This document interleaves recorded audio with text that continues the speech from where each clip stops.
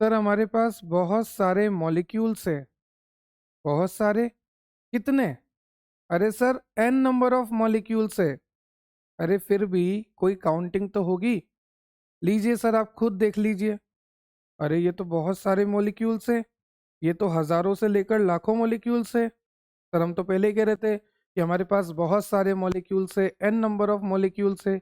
देख लीजिए आप। हाँ यार, यहाँ पर तो अलग अलग तरह के मॉलिक्यूल है। कुछ molecule A, molecule B, molecule C, molecule D, molecule E, अलग अलग तरह के मॉलिक्यूल है। और इनकी क्वांटिटी भी बहुत ज़्यादा है। सैंपल वगैरह दिखा दूं बच्चों को भी? दिखा देता हूँ। देखो, जैसा कि आप देख सकते हैं यहाँ पर अलग अलग कलर्स के मॉलिक्यूल्स आपको दिखा रखे हैं, है ना? तो इनको मैंने नाम दे दिया। कुछ मॉलिक्यूल ए हैं, कुछ मॉलिक्यूल बी हैं, कुछ मॉलिक्यूल सी हैं, कुछ मॉलिक्यूल डी है। हमारे पास अलग अलग तरह के मॉलिक्यूल्स हैं। क्या चाहते हो? मॉलिक्यूल बी को सेपरेट करना? ये चाहते हैं कि हम इतने सारे मॉलिक्यूल में से उस पर्टिकुलर मॉलिक्यूल बी को सेपरेट कर दें। ठीक है, हो जाएगा। आपको पता है ना, सेपरेशन के लिए क्रोमेटोग्राफी करते हैं। पता ही होगा, आपने पढ़ी होगी ना। Thin layer chromatography, jail chromatography, gas chromatography पढ़ी होगी ना। क्रोमेटोग्राफी क्या होती है? क्रोमेटोग्राफी सेपरेशन के काम आती है। रुको एक सेकेंड। देखो, हम सेपरेशन तो कर देंगे बी मॉलिक्यूल का, पर हम क्रोमेटोग्राफी की मदद लेंगे। और क्रोमेटोग्राफी कौन सी? ठीक है, हाई परफॉर्मेंस वाली। High performance thin layer chromatography की मदद से हम ये सेपरेशन करेंगे। मंजूर है? अरे वाह, इन्होंने तो कबूल है बोल दिया। ठीक है, फिर हमें भी कबूल है। चलो, कबूल है, कबूल है, कबूल है। लेक्चर को स्टार्ट करते हैं, जहां पर हमारे पास बहुत सारे मॉलिक्यूल्स आपको दिखाई दे रहे हैं। और इन मॉलिक्यूल्स में से हमें मॉलिक्यूल बी को सेपरेट करना है। जैसा कि आप यहाँ पे देख सकते हैं, कई तरह के मॉलिक्यूल्स हैं। कई तरह के मॉलिक्यूल्स हैं। और यहाँ पर नेमिंग कर देता हूँ। जैसे मान लीजिए मॉलिक्यूल ए है, C, D, E, F, D, H, B, B. ठीक है, सी, ए, ई, अलग अलग तरह के मॉलिक्यूल है। हम चाहते हैं कि यहाँ से हम मॉलिक्यूल बी को सेपरेट करें, मॉलिक्यूल बी को आइसोलेट करें। तो इतने सारे मिक्सचर ऑफ मॉलिक्यूल में से, ये मिक्सचर हुआ पूरा, अलग अलग तरह के मॉलिक्यूल है, पूरा एक मिक्सचर बन गया। तो इतने सारे मिक्सचर ऑफ मॉलिक्यूल के बीच में से हम चाहते हैं कि हमारा मॉलिक्यूल बी हम आइसोलेट करें। क्या करें? आइसोलेट करें, मतलब कि निकालें। तो यहाँ पर मैं कह सकता हूँ कि मिक्सचर ऑफ मॉलिक्यूल में से हम चाहते हैं कि हमारा डिजायर्ड मॉलिक्यूल वो मॉलिक्यूल होता है जो हमें चाहिए, जो हमें डिजायर्ड हो। ठीक है, तो हम चाहते हैं कि हमारा मॉलिक्यूल भी यहाँ से सेपरेट हो जाए। तो इस सेपरेशन के लिए, इस आइसोलेशन के लिए, और वी कैन से इस सेपरेशन के लिए हमें मदद लेनी पड़ेगी क्रोमेटोग्राफी की। किसकी मदद लेनी पड़ेगी? क्रोमेटोग्राफी की। तो आपको ये बात क्लियर होगी होगी कि क्रोमेटोग्राफी एक तरह की सेपरेशन टेक्निक है, जहां पर हम मिक्सचर ऑफ केमिकल में से, और we can say mixture of molecule में से, हमारा सिंगल मॉलिक्यूल, हमारा डिजायर्ड मॉलिक्यूल को हम आइसोलेट कर सकते हैं, सेपरेट कर सकते हैं with the help of chromatography. ठीक है, अब क्या डिमांड है? प्यूरिफिकेशन, क्वांटिफिकेशन, क्वालिटी का पता करना। ठीक है, देखते हैं। अब ये चाहते हैं कि जो मॉलिक्यूल बी आपने आइसोलेट किया, सेपरेट किया, इसकी क्वांटिटी का पता लगाओ कि इसकी क्वांटिटी कितनी है, कितने नंबर में मॉलिक्यूल बी था। ठीक है, इसकी क्वालिटी का पता लगाओ, इसकी प्यूरिटी का पता लगाओ। तो हमें पता लगाना है कि ये जो मॉलिक्यूल बी थे, इसकी क्वांटिटी कितनी है। जैसे कि आप देख सकते हैं, 1, 2, 3, 4। तो हमने यहाँ पे क्या करा, 4 लिख दिया, मतलब कि हमने क्वांटिटी का पता लगा लिया। तो हमें क्वांटिटी का भी पता लगना है, क्वालिटी का भी पता लगाना है कि क्वालिटी किस तरह की है। ये मॉलिक्यूल बी में एडल्ट्रेशन तो नहीं, कोई मिलावट तो नहीं, कोई इम्प्योरिटी तो नहीं। क्वालिटी का पता लगाना है, उसकी प्यूरिटी का पता लगाना है। तो क्वांटिटेटिव एनालिसिस, क्वालिटेटिव एनालिसिस और प्यूरिटी का पता लगना। देखो, क्वांटिटेटिव मतलब कि क्वांटिटी कितने नंबर में प्रेजेंट है, क्वालिटी मतलब उसकी क्वालिटी क्या है, किस तरह का वो है, प्यूरिटी वो कितना प्योर है। तो क्वांटिटेटिव एनालिसिस, क्वालिटेटिव एनालिसिस और प्यूरिटी का पता भी हम लगा सकते हैं with the help of chromatography. ठीक है सर, हमें इतना क्लियर हुआ कि अगर हमारे पास मिक्सचर ऑफ केमिकल है तो उसमें से एक सिंगल केमिकल को हम आइसोलेट कर सकते हैं with the help of chromatography. So chromatography को हमने कह दिया कि एक सेपरेशन टेक्निक है जहां पर हम इतने सारे केमिकल में से हमारा डिजायर्ड केमिकल आइसोलेट कर रहे हैं, सेपरेट कर रहे हैं। So it is a separation technique. फिर हमें पता लगा कि with the help of chromatography हम क्वांटिटी का पता लगा सकते हैं, क्वालिटी का पता लगा सकते हैं और प्यूरिटी का पता लगा सकते हैं। ठीक है, ठीक है सर। अब किसी भी तरह की क्रोमेटोग्राफी अगर आपको करनी है, ध्यान से सुनिएगा, किसी भी तरह की क्रोमेटोग्राफी है, चाहे वो आपकी जेल क्रोमेटोग्राफी हो, चाहे वो आपकी गैस क्रोमेटोग्राफी हो, चाहे वो आपकी टीएलसी थिन लेयर क्रोमेटोग्राफी हो, चाहे वो आपकी high performance thin layer chromatography ही क्यों ना हो, कोई सी भी क्रोमेटोग्राफी अगर आपको परफॉर्म करनी है तो आपको चाहिए दो फेजेस। कितने फेजेस? दो फेजेस। एक फेज होता है मोबाइल फेज, मोबाइल फेज। एक फेज होता है स्टेशनरी फेज। कौन सा फेज? Stationary phase. तो दो तरह के फेज आपको चाहिए होते हैं। चाहे आपको कोई सी भी क्रोमेटोग्राफी परफॉर्म करनी है, दो फेजेस चाहिए होते हैं। एक होता है मोबाइल फेज, एक होता है स्टेशनरी फेज। अब नाम से पता लग रहा, मोबाइल, एम से मोबाइल, एम से मूवेबल। मोबाइल फेज जो होता है मूव करता है। क्या करता है? मूव करता है। देखो मैं करके दिखा रहा हूँ, मूव करता है। और जो स्टेशनरी फेज होता है वो एक जगह पर रहता है, स्थिर रहता है, इस तरह से। तो स्टेशनरी फेज एक जगह पर रहेगा, पर मोबाइल फेज जो है मूव करेगा। क्या करेगा? मूव करेगा। तो मोबाइल फेज एम से मोबाइल, एम से मूवेबल। और स्टेशनरी फेज हो गया नॉन मूवेबल। ठीक है सर।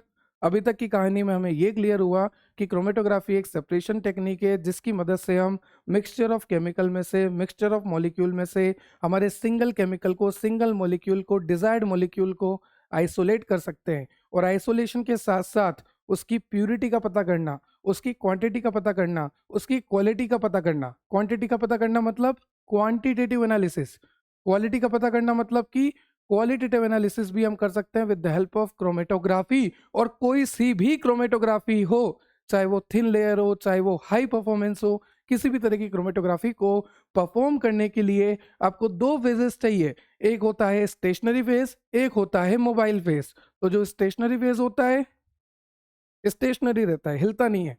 और जो मोबाइल होता है वो इधर उधर मूवमेंट करता रहता है। क्या ये बात आपको क्लियर है? चलिए, तो आज का आपका टॉपिक है, वैसे तो मैंने आपको दो बार बता दिया, क्रोमेटोग्राफी में आज हम पढ़ेंगे HPTLC, मतलब कि high performance thin layer chromatography.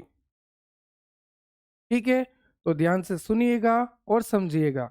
जैसा कि मैंने आपको यहाँ पे लिखा है कि क्रोमेटोग्राफी एक सेपरेशन टेक्निक है जहां पर आप मिक्सचर ऑफ केमिकल में से, आपके पास बहुत सारे केमिकल्स है, उसमें से आप डिजायर्ड केमिकल को आइसोलेट कर सकते हैं। आइसोलेशन के साथ साथ आप उसका आइडेंटिफिकेशन कर सकते हैं, क्वांटिफिकेशन कर सकते हैं, क्वालिटी का पता लगा सकते हैं, प्यूरिटी का पता लगा सकते हैं। और आइसोलेशन का मतलब सेपरेट करना। तो it is a separation technique. ठीक है। और कोई से भी क्रोमेटोग्राफी हो, आपको दो फेजेस चाहिए। एक होता है स्टेशनरी फेज, एक होता है मोबाइल फेज। मोबाइल फेज जो होता है मूवेबल होता है, एम से मोबाइल, एम से मूवेबल। स्टेशनरी फेज जो होता है नॉन मूवेबल होता है। ठीक है। अब उसके बाद यहाँ पर आपको लिखा है कि ये जो क्रोमेटोग्राफी है, ये जो आपकी HPTLC क्रोमेटोग्राफी है, ये वाइडली यूज होती है आपके फार्मास्यूटिकल एनालिसिस में। क्वालिटी का पता करना, प्यूरिटी का पता करना, इम्प्यूरिटी तो नहीं है वो पता करना। तो हम कह सकते हैं कि फार्मास्यूटिकल एनालिसिस में ये वाइडली यूज होती है, बहुत ज़्यादा यूज होती है। साथ ही साथ हर्बल ड्रग के स्टैंडर्डाइजेशन में, जैसे मान लीजिए कोई क्रूड ड्रग है ना, उसको हमने आइसोलेट किया। अब उसकी प्यूरिटी का पता लगाना, उसकी क्वालिटी का पता लगाना, तो इसलिए हर्बल लिखा है। फिर क्वालिटी कंट्रोल में और इम्प्यूरिटी को डिटेक्ट करने में भी क्रोमेटोग्राफी का वाइडली यूज होता है। क्लियर? अब देखो HPTLC। HPTLC मतलब कि high performance thin layer chromatography. नाम से पता लग रहा हाई परफॉर्मेंस। एक होती है नॉर्मल TLC, टीएलसी मैंने आपको पहले ही पढ़ा रखी है, वो नॉर्मल है, थिन लेयर क्रोमेटोग्राफी। पर यहाँ पर क्या है, high performance thin layer chromatography, मतलब कि यहाँ पर बेस्ट परफॉर्मेंस होगी, बहुत ही अच्छा सेपरेशन होगा। क्लियर है? चलिए, अब ये तीनों पॉइंट आपको आगे क्लियर हो जाएंगे। यहाँ पर आपको लिखा है कि ये जो HPTLC है, ये जो high performance thin layer chromatography है, ये किस पे बेस्ड है? तो ये 3 चीज़ों पे बेस्ड होती है, आगे आपको पता लग जाएगा। ठीक है, ये तीनों मैंने यहाँ पे दिखा भी रखे हैं। जब आप टॉपिक को क्लियर करोगे तब आपको ये अपने आप क्लियर हो जाएगा।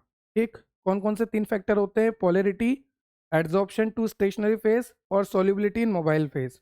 अभी सब क्लियर हो जाएगा, बस अभी नाम याद रख लो। जब वापस आऊंगा ना तब आपको ये सारा क्लियर रहेगा। ठीक है, चलिए तो स्टार्ट करते हैं। High performance thin layer chromatography, और नाम से पता लग रहा थिन लेयर, तो एक थिन लेयर हमें लेनी पड़ेगी। ठीक है, एक प्लेट हमें लेनी पड़ेगी। तो जैसा कि आप देख सकते हैं यहाँ पर एक प्लेट मैंने ले रखी है, एक प्लेट मैं भी लेके आ जाता हूँ। ये देखो, जैसे कि मान लीजिए ये आपकी HPTLC की प्लेट है। क्या है ये? HPTLC की प्लेट।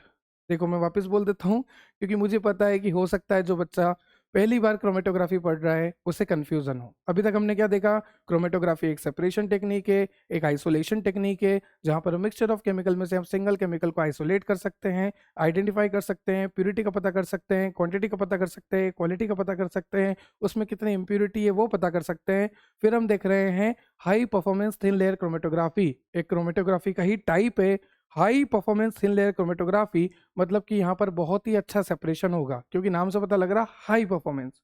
अब अगर मुझे high performance thin layer chromatography को परफॉर्म करना है, अगर मुझे HPTLC को परफॉर्म करना है, तो मुझे क्या क्या चाहिए वो मैं पढ़ रहा हूं कि मुझे क्या क्या चाहिए। तो सबसे पहले मुझे चाहिए हमारी HPTLC प्लेट। क्या चाहिए? HPTLC plate. तो आपके सामने है ये HPTLC प्लेट। ठीक है, ये एक प्लेट है। High performance thin layer chromatography के लिए एक मुझे प्लेट चाहिए, तो उसका नाम मैंने रख दिया HPTLC प्लेट। अब इस प्लेट के ऊपर मैं सिलिका को लगाऊंगा। देखो, इस प्लेट के ऊपर मैं क्या करूंगा, इस तरह से मैं सिलिका को लगाऊंगा। इस तरह से इस प्लेट के ऊपर मैं सिलिका को लगाऊंगा, लगा रहा हूं। अब जब मैं सिलिका को इस प्लेट के ऊपर अप्लाई करूंगा, तो मुझे ये ध्यान रखना है कि जो भी सिलिका जेल इस प्लेट के ऊपर मैं अप्लाई करूंगा वो एकदम यूनिफॉर्म अप्लाई हो। आप देख सकते हैं इस तरह से एकदम यूनिफॉर्म अप्लाई करना है, जैसा कि मैंने यहाँ पे करा हुआ है। ये जो है सिलिका है पूरा। ठीक है, तो यहाँ पर मैंने एकदम यूनिफॉर्म अप्लाई किया है। यहाँ पर किसी भी तरह का कोई स्क्रैच नहीं रहना चाहिए। जैसे मान लीजिए ये आपकी प्लेट है, अब इस प्लेट के ऊपर मैं सिलिका को अप्लाई कर रहा हूँ, तो सिलिका को मैं एकदम यूनिफॉर्मली अप्लाई करूंगा। अभी देखो यहाँ पर आपको छोटे छोटे स्क्रैचेस देखने को मिलेंगे, ऐसे स्क्रैचेस नहीं होने चाहिए। सिलिका को आपको यूनिफॉर्मली अप्लाई करना है, एकदम प्रॉपर अप्लाई करना है। और ये सिलिका और कुछ नहीं, हमारी है स्टेशनरी फेज। क्या है? Stationary phase. मैंने आपको बोला ना कि क्रोमेटोग्राफी को परफॉर्म करने के लिए 2 फेजेस चाहिए, मोबाइल फेज और स्टेशनरी फेज। तो सबसे पहले हमने लिया HPTLC की प्लेट, उस HPTLC की प्लेट के ऊपर हमने लगा दिया सिलिका जेल, और सिलिका जेल को हमने यूनिफॉर्मली लगाया, किसी भी तरह का कोई भी स्क्रैच नहीं आने दिया। और यही सिलिका जेल क्या हो गया? आपका स्टेशनरी फेज हो गया। ठीक है सर, स्टेशनरी फेज तो हो गया। ठीक है, और हमने इसे यूनिफॉर्मली कोट किया है, किसी भी तरह का स्क्रैच नहीं आने दिया है। ठीक है सर, आपने प्लेट ली, प्लेट पे सिलिका जेल को अप्लाई कर दिया है ना, यूनिफॉर्मली अप्लाई किया, किसी भी तरह का स्क्रैच नहीं आने दिया। अब क्या करना है? अब इसको हीट करना है। इस प्लेट को क्या करना है? हीट करना है। हीट करना है 110 से 120 डिग्री सेल्सियस पे। इसको क्या करना है? हीट करना है। हीट करने से ये अच्छे से ड्राई हो जाएगा, हीट करना है। और जब आप इसको हीट करोगे, इसको ड्राई करोगे, इसको एक्सपेरिमेंट के लिए तैयार करोगे, तो इसको बोलते हैं एक्टिवेशन करना। क्या करना? एक्टिवेशन करना। तो ये जो प्लेट है इसका एक्टिवेशन मतलब कि इसको हम हीट करेंगे और इसको हम तैयार करेंगे हमारे एक्सपेरिमेंट के लिए, इसलिए लिखा है हीट प्लेट फॉर एक्टिवेशन। और हीट कितने टेम्परेचर पे करना है? 110 से 120 डिग्री सेल्सियस पे आपको हीट करना है। और हीट करने से पता है क्या होगा? हीट करने से आपका मॉइस्चर चला जाएगा और यहाँ पर जो भी इम्प्यूरिटी होगी वो भी चली जाएगी। ठीक है सर, बहुत इजी है। वापस मैं सुना देता हूँ। सबसे पहली स्टेप है हमारी कि हमने प्लेट को सिलेक्ट किया, ये प्लेट ले लिया और उसका एक्टिवेशन किया। देखो सबसे पहले HPTLC को परफॉर्म करने के लिए, high performance thin layer chromatography को परफॉर्म करने के लिए सबसे पहले आपको लेनी है HPTLC प्लेट। इसके ऊपर लगा देना है सिलिका जेल और इस तरह से लगाना कि वो यूनिफॉर्म रहे, उसमें कोई भी स्क्रैच ना आए, क्योंकि अगर स्क्रैच आ गया तो फिर आपकी क्रोमेटोग्राफी, आपका सेपरेशन सही से नहीं होगा। तो हमने प्रॉपरली लगा दिया। प्रॉपरली लगाने के बाद अब मैं इसको हीट करूंगा 110, मतलब कि 110 डिग्री से 120 डिग्री सेल्सियस पे मैं इसको हीट करूंगा। और जब मैं इसको हीट करता हूं तो मैं बोलूंगा कि प्लेट का हो रहा है एक्टिवेशन। प्लेट का क्या हो रहा है? एक्टिवेशन हो रहा है। उसके बाद हीट करने से यहाँ पर जो भी मॉइस्चर था या जो भी इम्प्यूरिटी थी वो चली जाएगी। क्लियर? सबसे पहली स्टेप क्लियर हो गई। अभी हमने प्लेट ली है, अभी सैंपल वैम्पल की कोई बात नहीं हुई है, अभी सिर्फ हमने प्लेट को तैयार किया। ये प्लेट को मैं रख रहा हूं, तैयार हो गई है, सिलिका विलिका चढ़ा दिया उसके ऊपर। ठीक है, अब देखो, अब मेरे पास काफी सारे ऑप्शन है।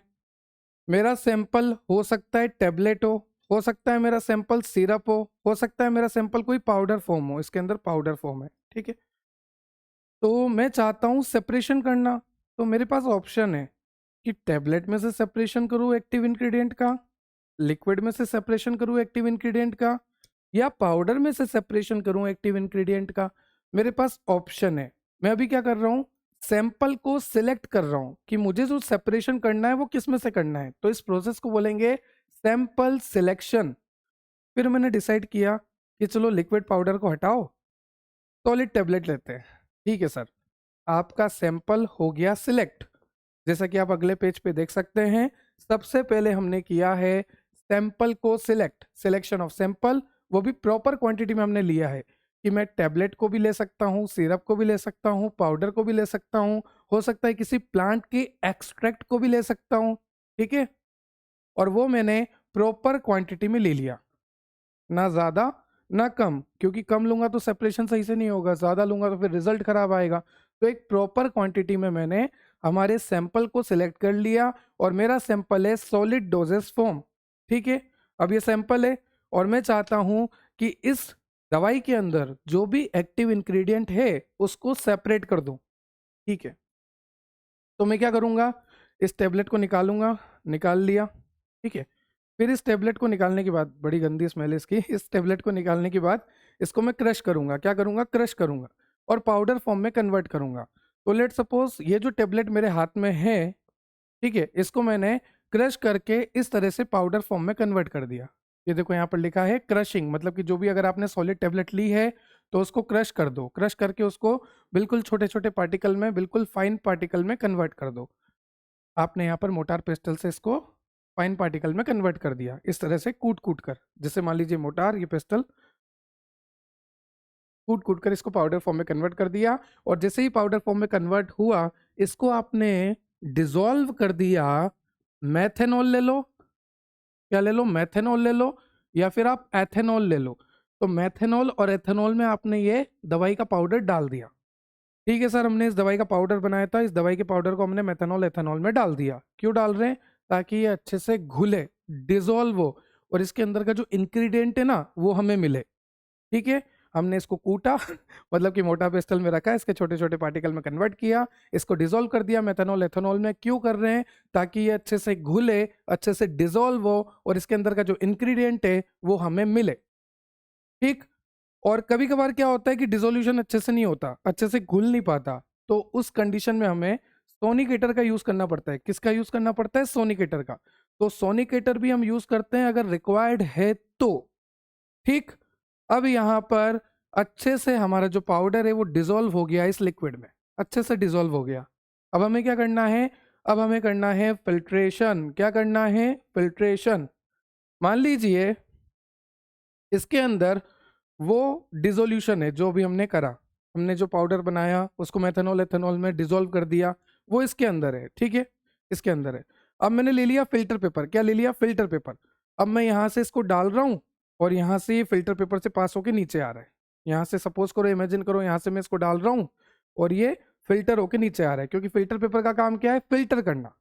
अब हो सकता है कि इसके अंदर कोई इम्प्यूरिटी हो सकता है कि इसके अंदर कोई इम्प्यूरिटी हो सकता है कि इसके अंदर कोई अनडिजोल्व पार्टिकल रह गया हो, अनडिजोल्व रह गया हो जो कि डिजोल्व नहीं हुआ।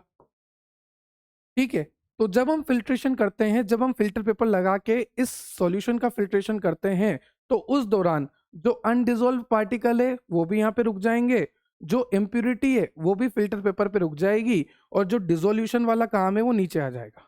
समझ में आया? फिल्टर पेपर इसलिए अप्लाई कर रहे हैं, the solution is filter using a filter paper और syringe filter to remove insoluble particle and impurity. जो इनसोल्यूबल पार्टिकल है वो रुक जाएंगे, इम्प्यूरिटी जो है रुक जाएगी, अनवांटेड पार्टिकल रुक जाएंगे, और हमारा जो सॉल्यूशन है, जो कि अच्छा वाला सॉल्यूशन है, वो नीचे आ जाएगा, जो कि एकदम सॉल्यूबल था।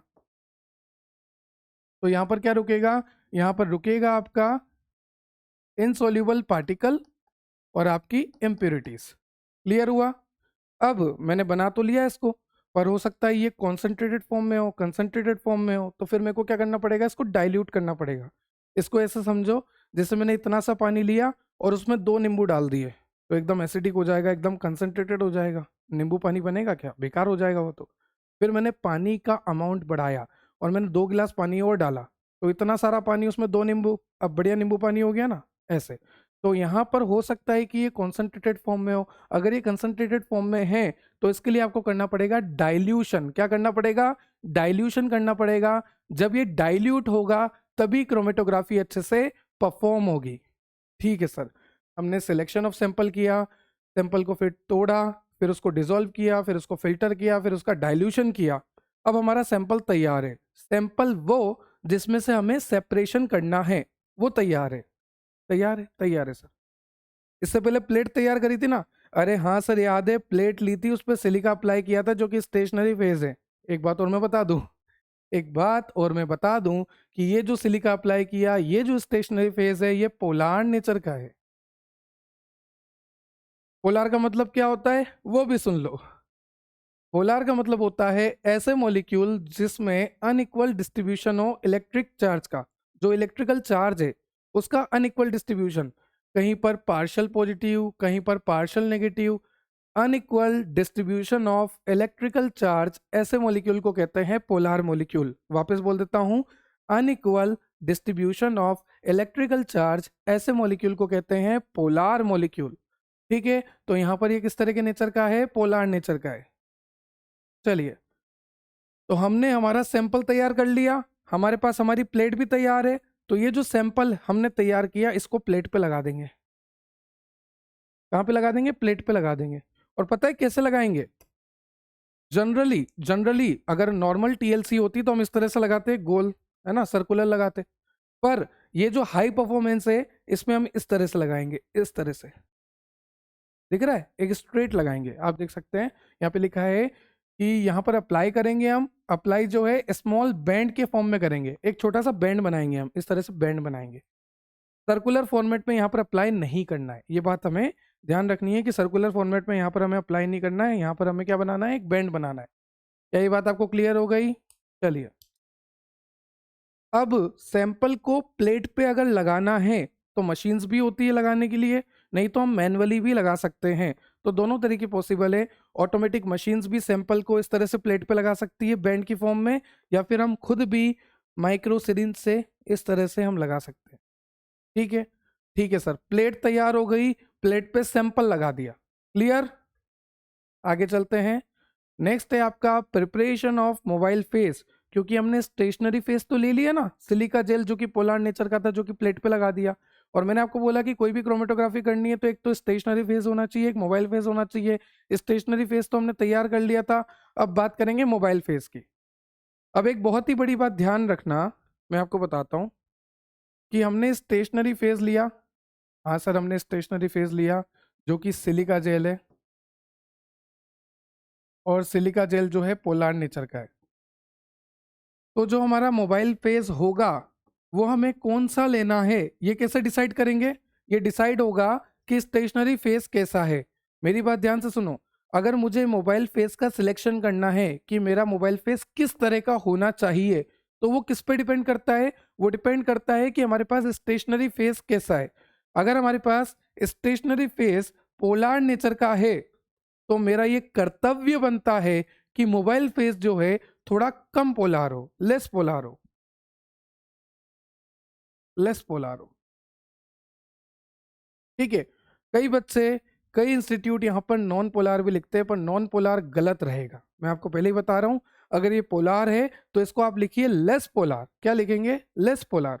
तो मैंने आपको ये बता दिया कि मोबाइल फेस कौन सा लेना है, ये टोटली डिपेंडेंट रहता है कि हमारा स्टेशनरी फेस कैसा है।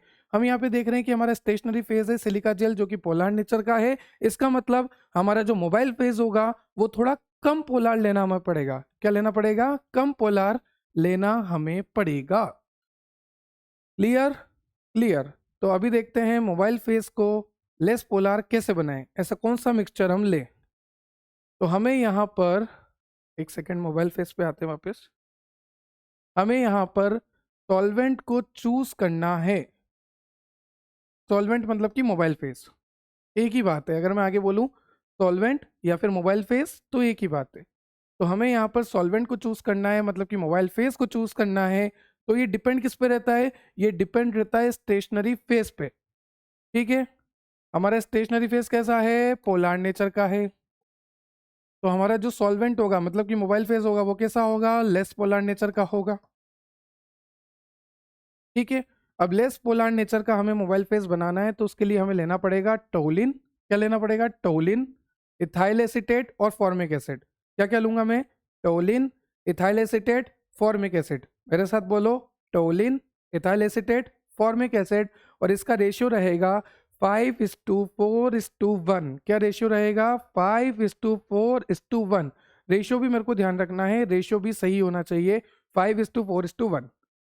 ठीक है सर, हमें क्लियर हो गया कि आपको अपना मोबाइल फेस प्रिपेयर करना है। मोबाइल फेस प्रिपेयर करने के लिए आपने यहाँ पर रेशियो लिया है टोलिन का, इथाइल एसीटेट का, फॉर्मिक एसिड का, क्योंकि आपको जो मोबाइल फेस प्रिपेयर करना है वो लेस पोलार होना चाहिए, लेस पोलार होना चाहिए। तो ये रेशियो फिक्स होना चाहिए, रेशियो का ध्यान रखना।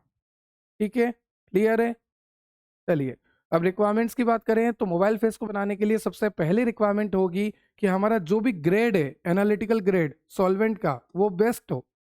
जैसे मैं आपको समझाता हूँ, मेरे पास अलग अलग ग्रेड है, grade A, grade B, grade C. तो आपको पता है कि ग्रेड ए वाला बहुत बेस्ट होगा, ग्रेड बी वाला थोड़ा कमज़ोर होगा, ग्रेड सी वाला बहुत ही बेकार होगा। तो यहाँ पर मुझे सेपरेशन अच्छे से करना है, क्रोमेटोग्राफी अच्छे से परफॉर्म करनी है।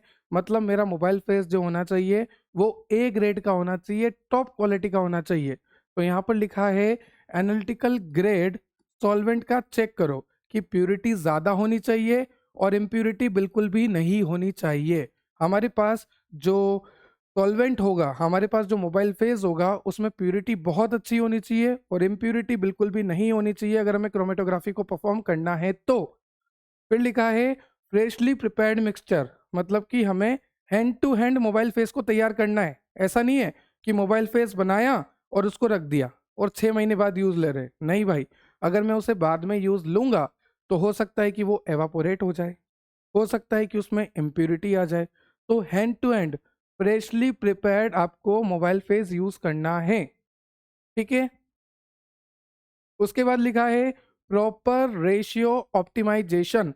जैसे कि मैंने आपको पहले ही बता दिया कि जो टोलिन है, जो इथाइल एसीटेट है, जो फॉर्मिक एसिड है, उनका प्रॉपर रेशियो आपको लेना है, क्योंकि अगर आपने रेशियो बिगाड़ा तो फिर आपकी पोलैरिटी बिगड़ जाएगी।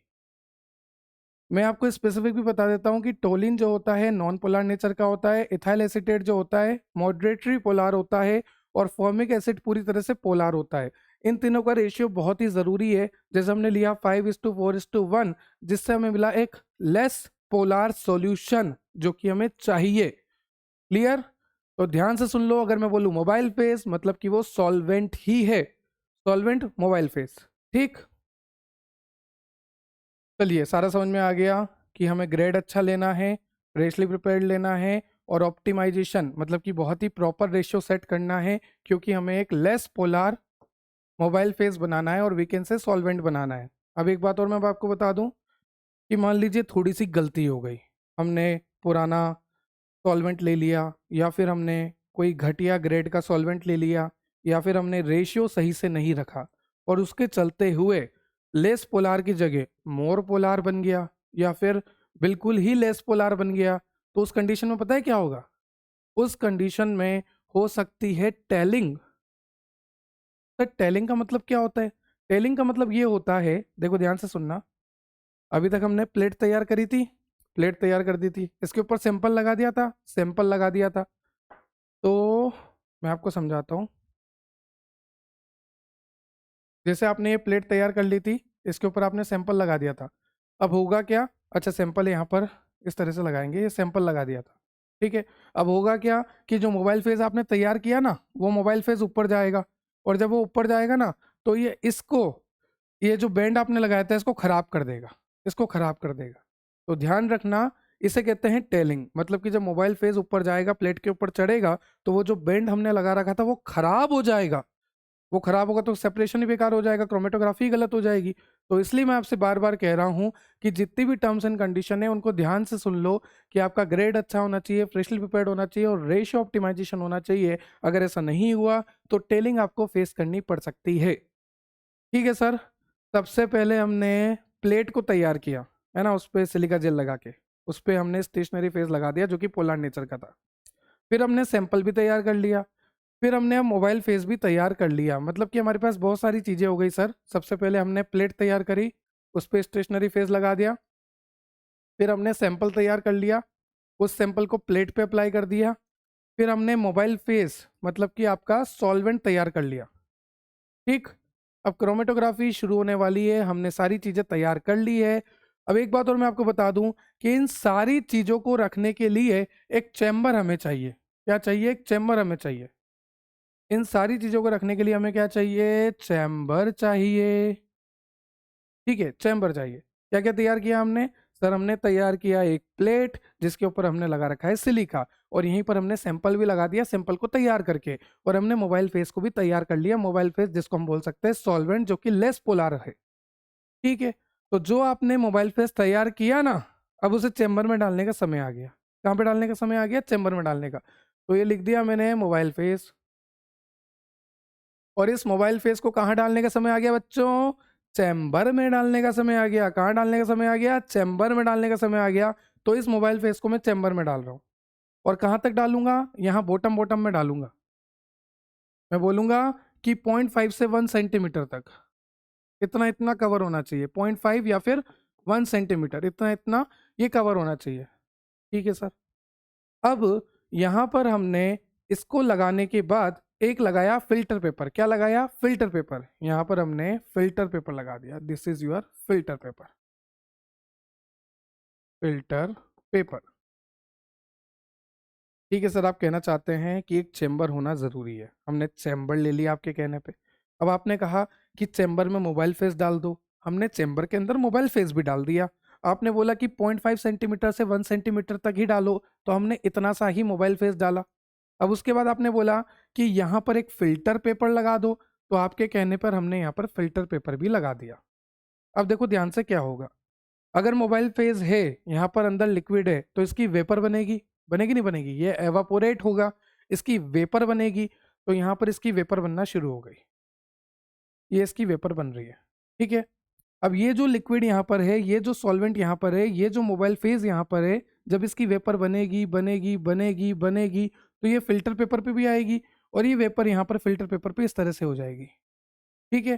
तो जब ये वेपर बन के फिल्टर पेपर पे आएगी, फिल्टर पेपर पे एब्जॉर्ब होगी, तो इसका सरफेस एरिया बढ़ेगा। क्या बढ़ेगा? इसका सरफेस एरिया बढ़ेगा।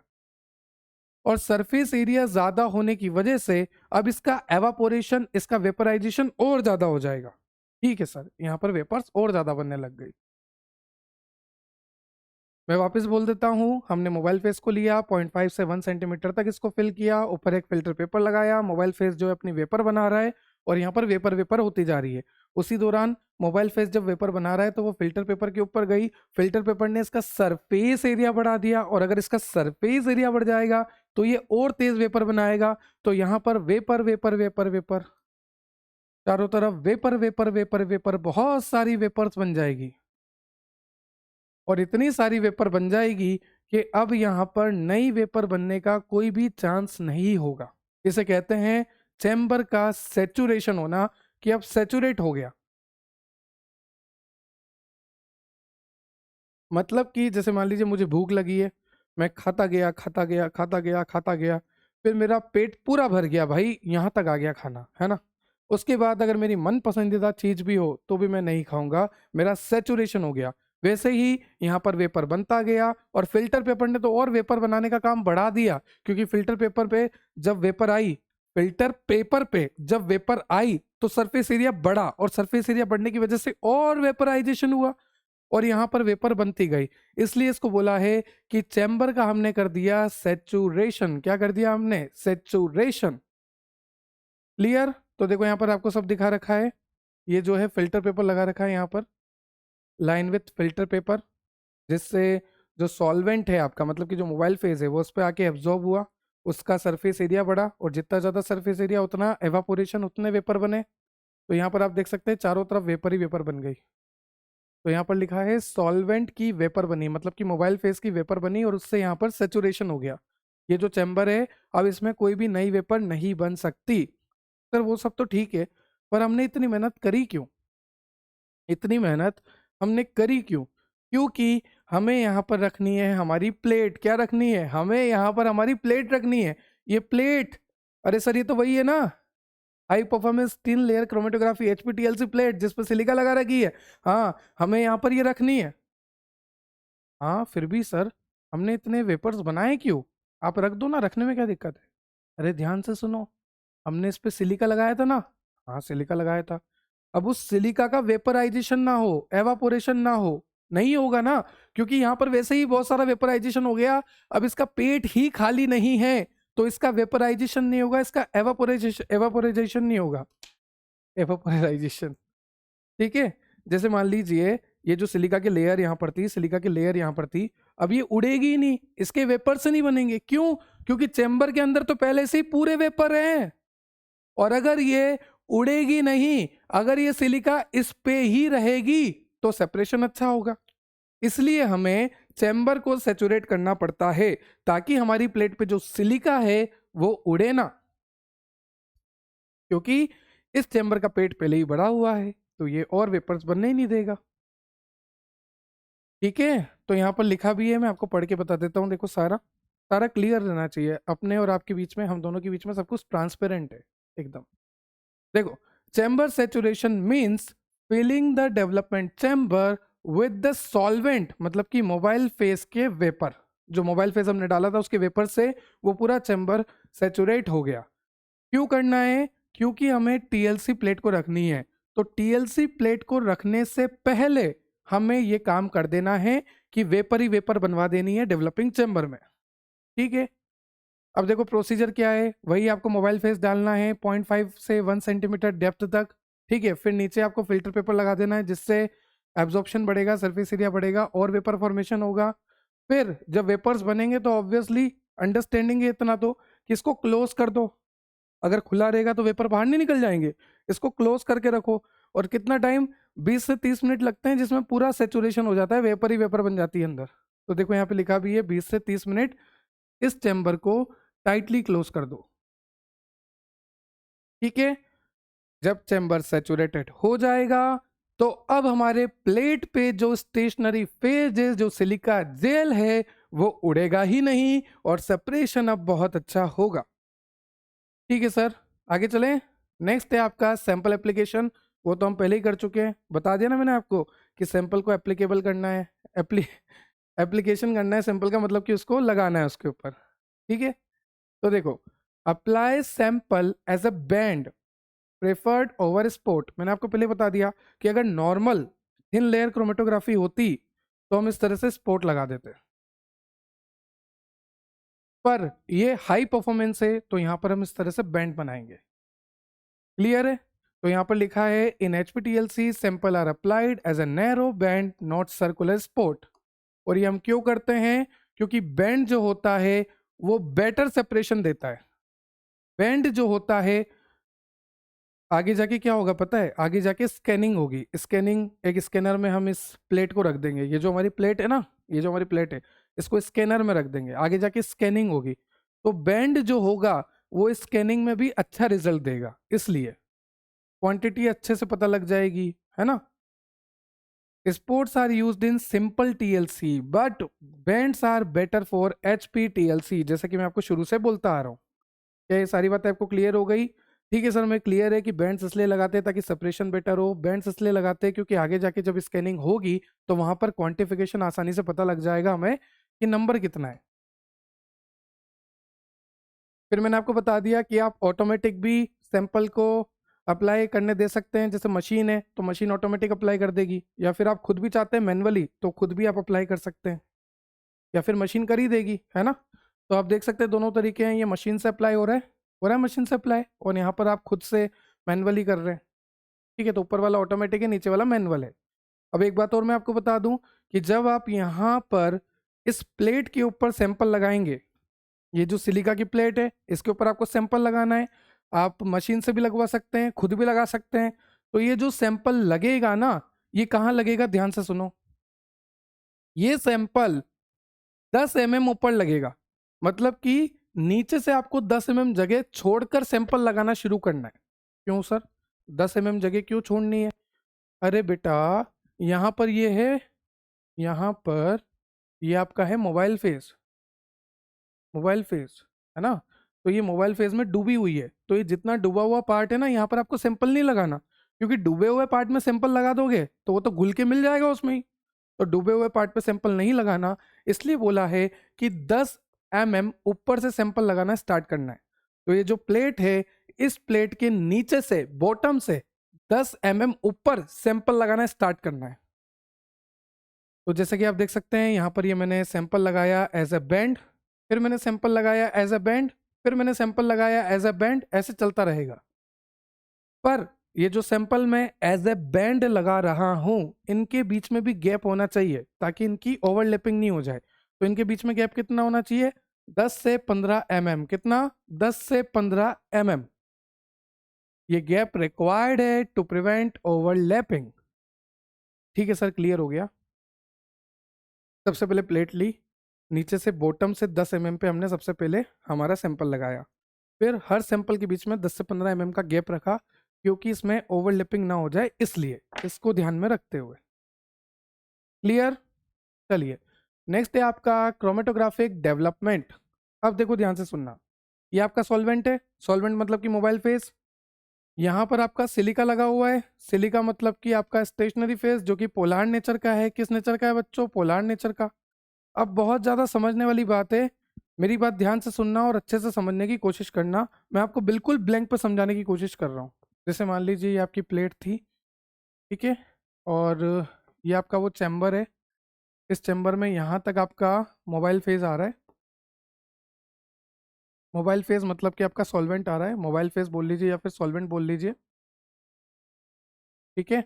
और फिर हमने सैंपल को अप्लाई किया, आप जानते हैं ना, सैंपल को अप्लाई किया। सैंपल को अप्लाई मान लीजिए यहाँ से करना शुरू किया हमने, यहाँ से ये सैंपल को अप्लाई किया, फिर ये किया, 10 से 15 mm हमने गैप रखा, सैंपल को अप्लाई कर दिया। और आपको ये बात भी भली भांति पता है कि यहाँ पर इस पूरे पर आपका सिलिका लगा हुआ है। क्या लगा हुआ है? सिलिका। मैंने अभी नॉन यूनिफॉर्म बनाया, पर आपको आइडिया है कि ये यूनिफॉर्म होता है, यहाँ पर स्क्रेचेस वगैरह नहीं होते, तो ये आप मानिए कि नॉन यूनिफॉर्म ही है, ये है सिलिका। और आपको ये भी पता है कि सिलिका जो है एक स्टेशनरी फेज है जो कि पोलार नेचर का होता है ना। और ये जो आपका मोबाइल फेज है, ये जो है लेस पोलार नेचर का है, हमने ले लिया था, डिसाइड कर लिया था। अब होता क्या है कि ये जो मोबाइल फेज होता है, ये जो सॉल्वेंट होता है, इसके जो लिक्विड मॉलिक्यूल है, ये लिक्विड मॉलिक्यूल आपस में इंटरेक्ट करते हैं। इसके जो लिक्विड मॉलिक्यूल है आपस में इंटरेक्ट करते हैं, क्योंकि मोबाइल फेज लिक्विड है, लिक्विड है तभी मूवेबल है। अब इसके लिक्विड मॉलिक्यूल आपस में इंटरेक्ट करते हैं, आपस में इंटरेक्ट करते हैं, और आपस में इंटरेक्ट करके ये इस प्लेट के ऊपर चढ़ना स्टार्ट कर देते हैं। अगेंस्ट द ग्रेविटी ये इस प्लेट के ऊपर चढ़ना स्टार्ट कर देते हैं। इसको बोलते हैं कैपिलरी एक्शन। तो यहां पर होता है कैपिलरी एक्शन। क्या होता है? Capillary action. मतलब कि वाटर मॉलिक्यूल जो है, वाटर बोल रहा हूं, आप ये बोल लीजिए मोबाइल फेस, है ना, लिक्विड मॉलिक्यूल, सॉल्वेंट। तो यहाँ पर जो मोबाइल फेस के मॉलिक्यूल हैं, यहाँ पर जो लिक्विड मॉलिक्यूल है, यहाँ पर जो सॉल्वेंट मॉलिक्यूल है, ये आपस में स्टिक हो जाते हैं, जुड़ जाते हैं, और with the help of capillary action ये प्लेट के ऊपर इस तरह से चढ़ना शुरू कर देते हैं, चढ़ना शुरू कर देते हैं। ठीक है सर, हमें क्लियर हो गया कि प्लेट के ऊपर लिक्विड चढ़ना शुरू कर चुका है with the help of capillary action. ठीक है, अब ध्यान से सुनिएगा। सिलिका जेल कैसा है? स्टेशनरी फेज है, पोलार नेचर का है। ये लेस पोलार है। ये जो है हमारा सॉल्वेंट, हमारा जो मोबाइल फेज है, ये लेस पोलार है। अब एक बात मैं आपको बता दूं, पोलार पोलार से प्यार करता है, नॉन पोलार नॉन पोलार से प्यार करता है। पोलार मॉलिक्यूल से प्यार करेगा, नॉन पोलार मॉलिक्यूल से प्यार करेगा। और हम क्रोमेटोग्राफी करेंगे। इन दोनों का प्यार देख ही सकते हैं ना, हम क्रोमेटोग्राफी करेंगे। ये बात आपको क्लियर हो गई? तो पोलार पोलार को रोकेगा और नॉन पोलार मॉलिक्यूल जो है नॉन पोलार मॉलिक्यूल को रोकेगा। ठीक, ये क्या है आपका? ये आपका सैंपल है। ठीक, और सिलिका पोलार नेचर का है। अब देखो, अगर मैं सैंपल लगा रहा हूं तो सैंपल में हो सकता है कुछ मॉलिक्यूल पोलार हो सकता है कुछ मॉलिक्यूल नॉन पोलार हो सकता है कुछ मॉलिक्यूल मॉडरेटरी पोलार तो 3-4 तरह के मॉलिक्यूल हो सकते हैं। सैंपल में अलग अलग तरह के मॉलिक्यूल हो सकते हैं जो मैं अप्लाई कर रहा हूँ। सैंपल में कैसे मॉलिक्यूल हो सकता है कि कोई पोलार हो सकता है कि कोई नॉन पोलार हो सकता है कि कोई मॉडरेटरी पोलार सैंपल में हो सकते हैं। अब सैंपल लगा कहाँ पर है? ये जो सैंपल है ये सिलिका जेल के ऊपर लगा है। किसके ऊपर लगा है? सिलिका जेल के ऊपर। और सिलिका पोलार नेचर का है, तो सिलिका पोलार का है। जैसे मान लीजिए मैं सिलिका हूं, मैं पोलार नेचर का हूं, मेरे ऊपर सैंपल लगने आ रहा है। कौन लगने आ रहा है? सैंपल। मैं सिलिका हूं, मैं पोलार नेचर का हूं, मेरे ऊपर सैंपल लगने आ रहा है। तो सैंपल में कुछ पोलर मॉलिक्यूल होंगे, कुछ नॉन पोलर, कुछ मॉडरेटरी पोलर। मैं पोलर नेचर का हूं ना, तो मैं पोलर वाले को रोक लूंगा, पोलर वाले को इस तरह से पकड़ लूंगा, नहीं जाने दूंगा, क्योंकि मैं इससे प्यार करता हूं। तो यहाँ पर जो सैंपल में कई तरह की मॉलिक्यूल है, पोलार, नॉन पोलार, मॉडरेटरी पोलार, तो ये जो हमारा सिलिका पोलार नेचर का है, तो ये सैंपल में जो भी पोलार मॉलिक्यूल होंगे उसको पकड़ लेगा, उससे प्यार कर बैठेगा। ठीक है, और ये कैसा है बेचारा? Less polar. तो ये लेस पोलार लिक्विड जो है ऊपर बढ़ने की कोशिश कर रहा है with the help of capillary action. तो आप देख सकते हैं कि ये ऊपर बढ़ने की कोशिश कर रहा है, कर रहा है, कर रहा है, कर रहा है, कर रहा है। अब कलर चेंज करते हैं, फिर इसको ऊपर ले जाते हैं। एक सेकंड रुकिए, अच्छा कलर लेते हैं कोई जो हाईलाइट हो जाए। देखिए, यहाँ से with the help of capillary action ये जो सॉल्वेंट है, ये जो मोबाइल फेज है जो कि लेस पोलर नेचर का है, ये ऊपर जा रहा है, ऊपर जा रहा है, ऊपर जा रहा है, ऊपर जा रहा है। तो सैंपल में जो भी लेस पोलर होंगे, जो भी सैंपल में लेस पोलर या नॉन पोलर होंगे, ये उनको लेके चला जाएगा। क्योंकि ये कैसा है? ये है लेस पोलर। कैसा है? ये लेस पोलर है। तो यहाँ पर जो भी लेस पोलर होगा, ये क्या है? हमारा सैंपल ही तो है। अब इस सैंपल के अंदर जो भी लेस पोलर मॉलिक्यूल होगा वो भी इस लिक्विड के साथ ऊपर चला जाएगा, ऊपर चला जाएगा, ऊपर चला जाएगा। तो ऊपर ही ऊपर आपको देखने को मिलेंगे लेस पोलर, लेस पोलर। और नीचे ये जो सिलिका जेल पोलर नेचर का है, ये तो पोलर को रोक के रखेगा ना, तो नीचे पोलर हो गए। तो इस तरह से हमारा सेपरेशन हो गया। नीचे क्या हो गए? पोलर हो गए। बहुत ईजी है। सिलिका जेल पोलर नेचर का है, वो पोलर मॉलिक्यूल को रोक के रखेगा सिंपल के।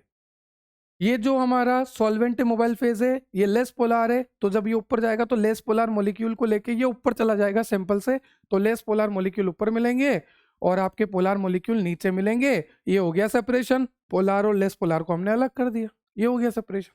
मॉडरेटरी कहीं बीच में आपको मिल जाएंगे। ठीक है, तो ये हुआ सेपरेशन। इस तरह से होगा सेपरेशन।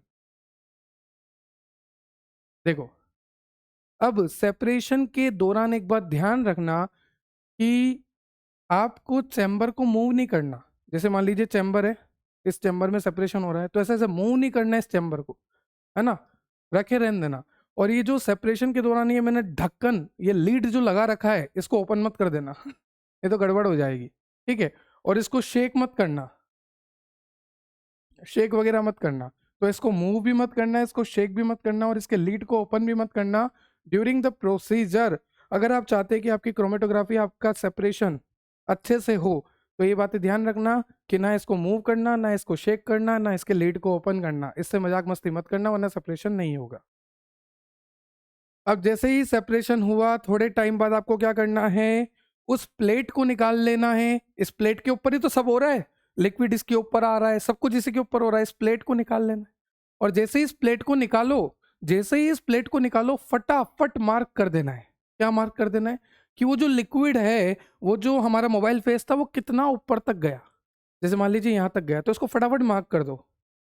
क्यों मार्क कर दो फटाफट? क्योंकि वो तो उड़ के चला जाएगा, एवापोरेट हो जाएगा बाहर। तो तो यहाँ पर लिखा भी है, देखो मैं इससे ना लिख दूं, यहाँ पर लिखा भी है देखो, remove the plate when the solvent front reaches the desired height.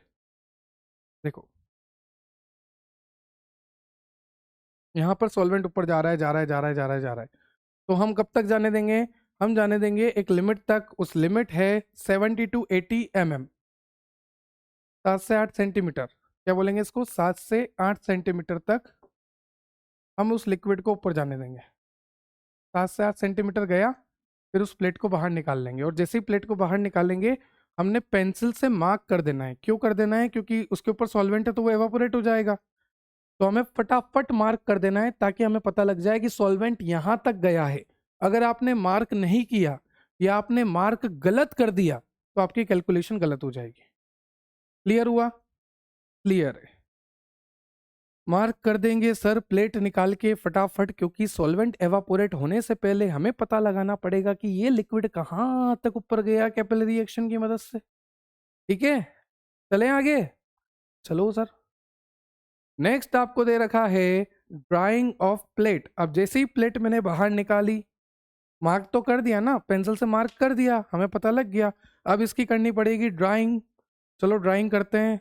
Drawing करो इसकी, प्लेट की ड्राइंग, ड्राइंग ड्राइंग ड्राइंग करनी है। क्या करनी है? ड्राइंग करनी है। तो यहाँ पर लिखा भी है एयर ड्राइंग, या फिर आप हॉट एयर ड्रायर का यूज़ ले सकते हैं, ओवन ड्राइंग आप कर सकते हैं लो टेम्परेचर पे। ठीक है, अब उसके बाद ये ड्राइंग हम क्यों कर रहे हैं? ताकि जो भी सॉल्वेंट इसके ऊपर चढ़ा था ना, इसके ऊपर सॉल्वेंट चढ़ा था, वो सॉल्वेंट हट जाए। वापस बोल देता हूँ, जैसे ही हमने इसको बाहर निकाला था हमने फटाफट मार्क कर दिया था, क्योंकि सॉल्वेंट एवापोरेट होता है। अब हम वेट थोड़ी ना करेंगे कि सॉल्वेंट एवापोरेट होगा फिर आगे डिटेक्शन करे, नहीं नहीं, हमें सॉल्वेंट को फटाफट एवापोरेट करना पड़ेगा। तो उसको एवापोरेट करने के लिए हमने ड्रायर का यूज़ लिया, हमने हॉट एयर ड्रायर का, हमने ओवन ड्राइंग का यूज़ लिया, ताकि हम सॉल्वेंट को रिमूव कर दें। और जैसे ही सॉल्वेंट रिमूव हुआ उसके बाद अब हम करेंगे डिटेक्शन। क्या करेंगे? डिटेक्शन करेंगे। हम चेक करेंगे कि कितने मॉलिक्यूल ऊपर गए, कितने मॉलिक्यूल नीचे हैं। ठीक है, तो डिटेक्शन किस तरह से होगा? हम यहाँ पर यूवी विजिबल लाइट की मदद लेंगे। लगभग 100 से 800 नैनोमीटर तक होती है ये, है ना, यूवी विजिबल।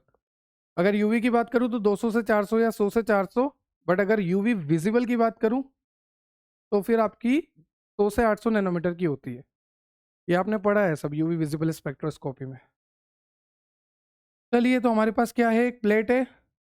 इस प्लेट के ऊपर यहाँ पर हमें दो तरह के स्पॉट्स देखने को मिलेंगे। एक होंगे डार्क स्पॉट। देखो, अगर मैं यहाँ पर ब्लैक कलर यूज करूँ तो आपको कुछ दिखेगा क्या? नहीं दिखेगा ना, तो वो डार्क स्पॉट है। क्या है वो? Dark spot. ये डार्क स्पॉट होंगे कुछ। ठीक है, डार्क स्पॉट। कुछ होंगे फ्लोरोसेंट स्पॉट। फ्लोरोसेंट स्पॉट का मतलब है कि जो वो चमकेंगे, वो चमकेंगे। कुछ होंगे फ्लोरोसेंट स्पॉट। जैसे कि अगर मैं आपको बताऊं फ्लोरोसेंट स्पॉट को कि किस तरह से फ्लोरोसेंट स्पॉट दिखेगा, तो मैं आपको बताता हूँ। एक सेकंड रुकिएगा। ये इस तरह से अब आपको दिख रहा है ना, पूरा पूरा जो ब्लैक बोर्ड है, मतलब कि जो पैनल है वो पूरा ब्लैक हो गया, और सिर्फ यही स्पॉट विजिबल है यहाँ पर। ये देखो, ये यही स्पॉट, और लो, ये यही स्पॉट विजिबल है। पूरा ब्लैक हो जाता है, पीछे का पूरा ब्लैक हो जाएगा, सिर्फ वो जो है स्पॉट जो है विजिबल होंगे। फिर धीरे धीरे पूरा ही विजिबल कर दे। तो क्लियर? इस तरह से। फिर मान लीजिए कुछ तो यूवी लाइट में विजिबल हो गए, कुछ डार्क स्पॉट बन गए, कुछ फ्लोरोसेंट शो कर रहे हैं।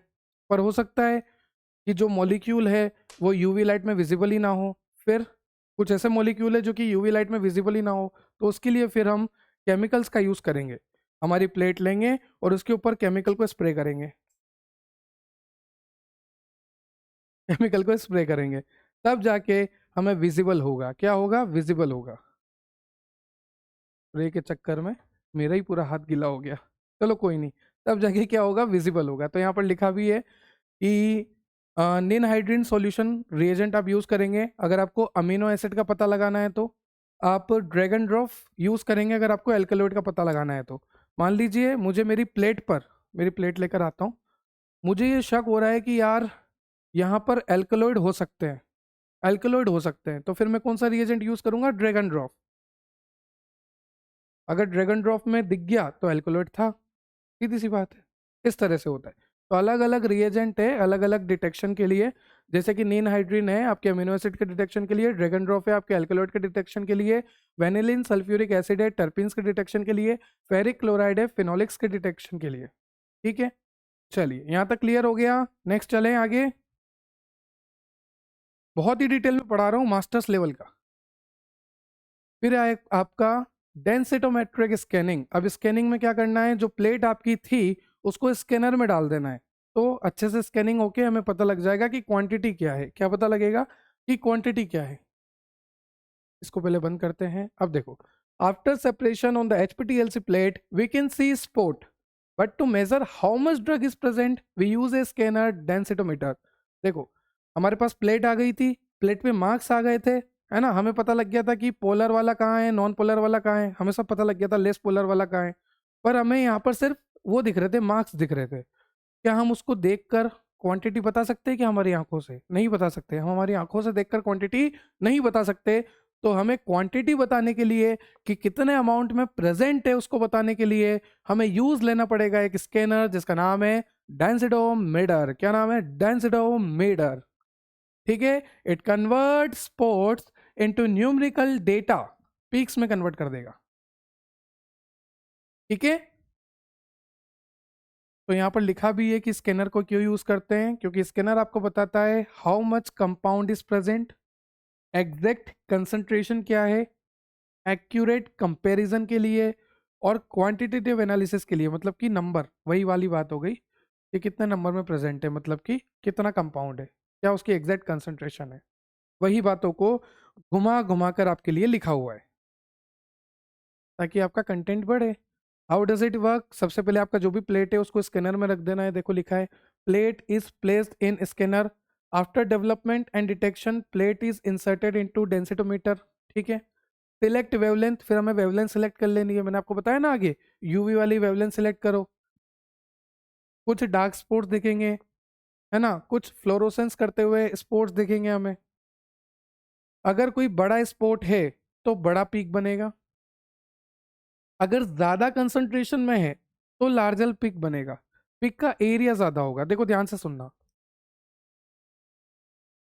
मैंने आपको क्या बोला कि हमें सिर्फ बाहर से स्पोर्स दिख रहे हैं, है ना, हमें पता नहीं लग रहा कि इसकी कंसंट्रेशन कितनी है, तो हमें इस स्कैनर का यूज लेना पड़ेगा, डेंसिटोमीटर का।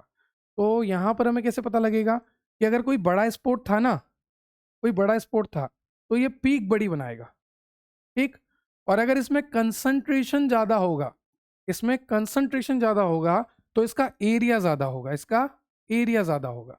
तो अगर पीक लंबी बन रही है मतलब कि बड़ा डॉट था, और अगर कंसंट्रेशन भी उसका ज्यादा है तो फिर एरिया ज्यादा होगा।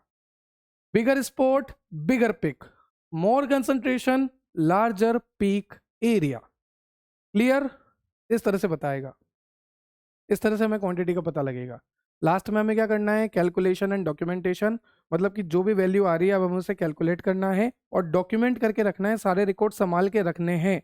क्योंकि अगर हमें डबल भी करने की ज़रूरत पड़ी या इन फ्यूचर अगर हमसे पूछ लिया कि आपने क्वालिटी चेक करी थी, लाइए दिखाइए कहाँ पर क्या क्या आपने चेक किया था, तो सारे डॉक्यूमेंट्स हमारे पास होने चाहिए। ठीक है, सबसे पहला है आरएफ कैलकुलेशन, मतलब कि रिटेंशन फैक्टर कैलकुलेशन। ये बहुत ही ईजी है, इसका बस एक फॉर्मूला है, आपको आरएफ कैसे कैलकुलेट करना है। डिस्टेंस ट्रेवल्ड बाय सॉल्वेंट, बस सॉल्वेंट मतलब कि मोबाइल फेस, हाँ, कैपिलरी एक्शन की मदद से वो प्लेट पे चढ़ रहा था ना, तो वही लिखा है कि डिस्टेंस ट्रेवल बाय सॉल्वेंट। तो देखो, distance travel by solvent divided by distance travel by compound. अब इसको ध्यान से समझो, ये प्लेट थी, यहाँ पर सैंपल था, ये आपका जो सॉल्वेंट है मोबाइल फेज है, ये ऊपर आया ऊपर आया ऊपर आया ऊपर आया। तो सबसे पहले तो लिखा है कि इसने कितनी डिस्टेंस ट्रेवल करी, डिस्टेंस ट्रेवल बाय सॉल्वेंट या फिर मोबाइल फेज। फिर इस सैंपल के अंदर जो मॉलिक्यूल थे वो कितनी बार डिटेच हुए, फिर अटैच हुए, फिर डिटेच हुए, तो वो उन्होंने कितना मूव किया, डिस्टेंस ट्रेवल बाय कंपाउंड। तो इसका सीधा सा फॉर्मूला है आरएफ, मतलब रिटेंशन फैक्टर को कैलकुलेट करने के लिए डिस्टेंस ट्रेवल बाय सॉल्वेंट, और we can say mobile phase divided by distance travel by compound. जैसे मान लीजिए हमें पता लगा कि सॉल्वेंट ने, मोबाइल फेज ने 8 सेंटीमीटर मूव किया, हमारे कंपाउंड ने 4 सेंटीमीटर मूव किया, तो 8/4 मतलब कि कितना हो जाएगा, 0.5। क्लियर? तो आरएफ वैल्यू आपकी आ गई 0.5। अब आपने कैसे मेजर किया सर कि सॉल्वेंट ने 8 सेंटीमीटर मूव किया, कंपाउंड ने 4 सेंटीमीटर मूव किया? ये कैसे मेजर किया? स्केल की मदद से। हमारे पास हमारी प्लेट है ना, हमारे पास हमारी प्लेट तो है। अब हम स्केल लगा के देख लेंगे कि देखो सॉल्वेंट ने 8 सेंटीमीटर मूव किया और यहाँ पर जो कंपाउंड था उसने 4 सेंटीमीटर मूव किया, तो हम इजीली पता लगा सकते हैं। ठीक है, तो जो आइडियल वैल्यू होती है, जो आइडियल आरएफ वैल्यू होती है कि इतनी तो आनी ही चाहिए, वो आइडियल आरएफ वैल्यू होती है 0.3 से 0.7। अगर आपकी वैल्यू 0.3 से 0.7 के बीच में आ रही है, इसका मतलब है कि आपका सेपरेशन बहुत ही अच्छा हुआ है। यहाँ पर लिखा भी है good separation, clear spot, accurate quantification and better reproducibility. मतलब कि अगर आप इस एक्सपेरिमेंट को डबल करेंगे तो यही रिजल्ट आने के बहुत चांसेस होंगे अगर आपकी वैल्यू इस रेंज में आई है तो this is ideal RF value. तो सबसे पहले आपको आरएफ वैल्यू कैलकुलेट करना आ गया ना, बहुत इजी है। फिर डॉक्यूमेंटेशन कौन कौन से आपको रखने हैं? तो प्रॉपर डॉक्यूमेंटेशन ज़रूरी है। क्यों ज़रूरी है? रिसर्च पर्पस के लिए, क्वालिटी कंट्रोल के लिए। देखो लिखा है proper documentation is very important for research, quality control, regulatory compliance, जो भी रूल्स एंड रेगुलेशन है उनको फॉलो करने के लिए। रिप्रोड्यूसिबिलिटी, मतलब कि अगर आप इन रिपोर्ट को देखोगे और उस रिपोर्ट को देखकर अगर आप डबल एक्सपेरिमेंट करोगे तो वही रिजल्ट आने वाला है। मतलब कि रिप्रोड्यूसिबिलिटी के लिए भी बहुत ज़रूरी है डॉक्यूमेंटेशन। अब जो प्लेट है उसके भी डॉक्यूमेंटेशन होते हैं, जैसे यूवी फोटोग्राफ। ये देखो हमने सर फोटोग्राफ लिया था, आप देख सकते हैं कि इतना फ्लोरोसेंट है, इतने डार्क स्पॉट है। तो UV photograph, capture plate image, जैसे कि 250 नैनोमीटर पे क्या देखने को मिला, 366 नैनोमीटर पे क्या देखने को मिला, है ना। विजुअल प्रूफ आपके पास होने चाहिए। फिर लैब रिकॉर्ड मेंटेनेंस, ये तो आपने क्वालिटी में बहुत पढ़ा है। कौन कौन से रिकॉर्ड होने चाहिए? किस डेट को परफॉर्म किया, किसने इस एक्सपेरिमेंट को परफॉर्म किया, उस एनालिस्ट का नाम क्या है, प्लेट कौन से टाइप की ली थी, मोबाइल फेस का कंपोजिशन क्या है, चैम्बर सेचुरेशन कितने टाइम में किया, डिटेक्शन मेथड कौन सी थी, वेवलेंथ कितनी यूज करी, आरएफ की वैल्यू क्या आई, पीक कितना आया, उसका एरिया क्या है, टोटल कैलकुलेशन क्या है, सब कुछ रिकॉर्ड होना चाहिए। क्लियर? अब आगे इसका आपके दे रखे हैं एप्लीकेशंस। एप्लीकेशन जैसे कि कहाँ का काम आता है तो आपको पता होना चाहिए। आइसोलेशन में, आइडेंटिफिकेशन में, प्यूरिफिकेशन में, क्वांटिफिकेशन में, क्वालिफिकेशन में, मतलब कि क्वालिटी का पता करना, क्वालिफिकेशन हो गया गलती से, ठीक है। क्वालिटेटिव एनालिसिस में तो आप देख सकते हैं, फार्मास्यूटिकल एनालिसिस में, हर्बल ड्रग स्टैंडर्डाइजेशन में, इम्प्यूरिटी का पता लगाने में, डिग्रेडेशन स्टडीज में, बायो एनालिसिस में, फूड एंड बेवरेजेस टेस्टिंग में, कॉस्मेटिक एनालिसिस में, फोरेंसिक एंड एनवायरमेंटल साइंस में आपको काम आता है HPTLC। I repeat, pharmaceutical analysis, herbal drug standardisation, impurity and degradation studies, bio analysis, food and beverage testing, cosmetic analysis and forensic and environmental science. अब इसके अंदर आपको दे रखा है जैसे कॉस्मेटिक में analysis of dye, analysis of preservative, detection of banned substances, है ना। फिर क्वालिटी कंट्रोल को चेक करने के लिए, एडल्ट्रेशन को चेक करने के लिए, ड्रग मेटाबोलाइट डिटेक्शन के लिए, बायोलॉजिकल फ्लूइड, मतलब कि हमारा जो बायोलॉजिकल फ्लूइड है उसके डिटेक्शन के लिए कि उसमें कौन कौन से कंपोनेंट है या नहीं, ठीक है। तभी में काम आएगा आपका HPTLC। So these are the applications of HPTLC. Now advantage of HPTLC, अब नाम से पता लग रहा HP मतलब कि हाई परफॉर्मेंस, और अगर ये हाई परफॉर्मेंस होगा तो इसमें सेपरेशन भी सबसे बेस्ट होगा। तो जैसे कि आप देख सकते हैं यहाँ पर लिखा है high resolution separation, high sensitivity, accurate result, reproducible result, simultaneous analysis of many sample. एक साथ हम बहुत सारे सैंपल को एनालिसिस कर सकते हैं और दोनों तरह की एनालिसिस कर सकते हैं, क्वालिटी का पता कर सकते हैं as well as quantitative analysis भी हम कर सकते हैं, ठीक है। अब और क्या फायदे हैं कि आपको सॉल्वेंट कम चाहिए, कॉस्ट इफेक्टिव होता है और सैंपल भी बहुत कम बनाना पड़ता है, फटाफट एनालिसिस हो जाती है और विजुअल इवेल्युएशन पॉसिबल है। कलर स्पॉट्स आते हैं ना, फ्लोरोसेंट होता है ना, पॉसिबल है। स्पेशल एडवांटेज कि आपको हर्बल फिंगरप्रिंटिंग में ये काम आएगा, मतलब कि कोई भी ड्रग है उसको पता करने में, उसकी क्वालिटी प्यूरिटी पता करने में काम आएगा। साथ ही साथ मल्टीपल डिटेक्शन मेथड्स पॉसिबल है। कॉम्प्लेक्स मिक्सचर्स के लिए भी ये काम आ जाएगा, क्योंकि हमने पहले ही बोला कि इतने सारे केमिकल से, इतने सारे मॉलिक्यूल से, उसमें से हमें एक सिंगल आइसोलेट करना है तो कर सकते हैं। तो these are the advantages of HPTLC, these are the analytical advantage, these are the operational advantage कि हमें सॉल्वेंट का कम यूज करना पड़ रहा है, कॉस्ट इफेक्टिव है, सैंपल कम प्रिपेयर करना पड़ रहा है, रैपिड एनालिसिस है, विजुअल इवेल्युएशन पॉसिबल है। ठीक है, नाउ नेक्स्ट आपको दे रखा है डिसएडवांटेज। तारीफ तो बहुत सुन ली सर, एप्लीकेशन भी देख ली है, एडवांटेज भी देख ली है, बहुत देर से तारीफ सुन रहे हैं कि भाई ये फार्मास्यूटिकल एनालिसिस में, हर्बल ड्रग स्टैंडर्डाइजेशन में, इम्प्योरिटी डिग्रेडेशन स्टडीज में काम आता है। इधर इसके एनालिटिकल एडवांटेज भी है, ऑपरेशनल एडवांटेज भी है, स्पेशल एडवांटेज भी है। अब देखो डिसएडवांटेज। अब टाइम आ गया है बुराई सुनने का। वो 2 माइक हो गए बुराई सुनने का। ठीक है, चलो सबसे पहली टेक्निकल लिमिटेशन है कि lower separation as compared to HPLC, जो हाई परफॉर्मेंस लिक्विड क्रोमेटोग्राफी है ना, हाई परफॉर्मेंस लिक्विड क्रोमेटोग्राफी, उसके आगे हमारा जो HPTLC है उसका सेपरेशन कम है। किसके कंपेयर में? हाई परफॉर्मेंस लिक्विड क्रोमेटोग्राफी के कंपैरिजन में हमारा जो HPTLC है उसका सेपरेशन लोअर है। अगर इसकी सेंसिटिविटी की बात करूं, हमारा जो HPTLC है वो कम सेंसिटिव है as compared to liquid chromatography, mass spectroscopy. देखो मैं आपको बताता हूँ, अभी तक हमने तारीफ करी, अब हम इसकी बुराइयां गिन रहे हैं। और बुराई पता है किसे कर रहे हैं? बड़े वाले से कंपेयर करके। अभी जैसे मैं खुद को अंबानी से कंपेयर करूंगा तो मेरी बुराइयां ही होगी, तो वैसे ही हम यहाँ पर कंपेयर कर रहे हैं HPTLC को। किससे? बड़े बड़े और बड़े बड़े इंस्ट्रूमेंट इक्विपमेंट से, जैसे HPLC, LCMS। तो हम बोलना चाह रहे हैं कि HPTLC जो है ना, उसका सेपरेशन तो बेकार है। सेपरेशन बेकार है? अरे हाँ हाँ, किसके कंपेयर में? HPLC के कंपेयर में। जो आपका HPTLC है ना, उसकी तो सेंसिटिविटी कम है। सेंसिटिविटी कम है? अरे हाँ हाँ, पर LCMS के कंपेयर में, लिक्विड क्रोमेटोग्राफी मास स्पेक्ट्रोस्कोपी के कंपेयर में। ठीक है, अब ये बात बिल्कुल सही है, not ideal for volatile compound. आपको पता है ना कि कितने रिस्क थी, वो सेचुरेट करना पड़ा था चेंबर को, क्योंकि वोलेटाइल कंपाउंड है तो उड़ जाता है। तो ये आइडियल नहीं है वोलेटाइल कंपाउंड्स के लिए। Limited automation compared to HPLC। देखो, अगर मैं हाई परफॉर्मेंस लिक्विड क्रोमेटोग्राफी से कंपेयर करूं, तो हाई परफॉर्मेंस लिक्विड क्रोमेटोग्राफी में बहुत सारा काम मशीन से होता है, लगभग सारा काम ही मशीन से होता है। पर यहाँ जो हमारा HPTLC है, इसमें ऑटोमेशन कम है, मतलब मशीन का काम कम है, ज़्यादातर हमें ही मेहनत करनी पड़ रही है। ठीक है, फिर ऑपरेशनल लिमिटेशन है कि मैनुअल एरर पॉसिबल है, अगर मैं काम करूंगा तो हो सकता है एरर आ सकता है।